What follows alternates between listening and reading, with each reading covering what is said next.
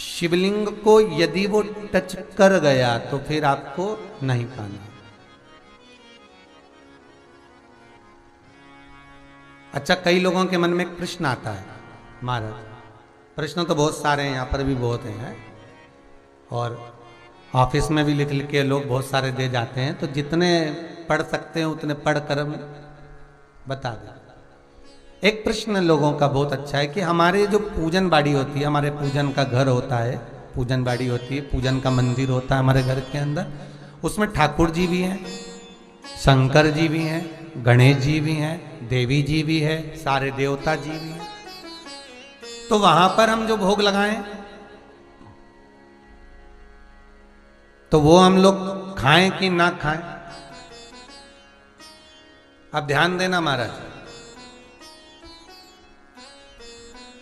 जिस पूजन वाणी में, जिस मंदिर में, आपके घर के मंदिर के अंदर आप पूजन करते हैं, भोग लगाते हैं, अर्चना करते हैं, उसमें सभी देवता विराजमान हैं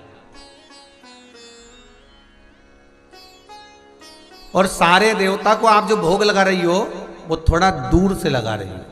कोई भगवान को एक एक कोरा तोड़ के लड्डू गोपाल को फिर छुआया, फिर रखा, फिर शंकर जी को छुआया, फिर रखा, फिर जगदम्बा को छुआया, फिर रखा, ऐसा करती हो क्या? नहीं, आपने थाली लाई भोजन की और आपने रख दी।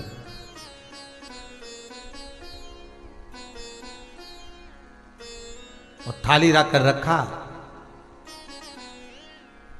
सामने थाली है और बिल्कुल सम्मुख में भगवान, बिल्कुल सम्मुख में भगवान। अब उनको स्पर्श हुई क्या थाली? नहीं, उन्होंने भाव से स्वीकार करा। शिव महापुराण की कथा कहती है बाकी के जितने भी शिवलिंग हैं, नर्मदेश्वर से हटकर भी जो शिवलिंग है, उनके सामने अगर आपने कुछ चढ़ाया है शिवलिंग को बिना टच करे हुए, तो आप खा सकते हो, तो आप पा सकते हो।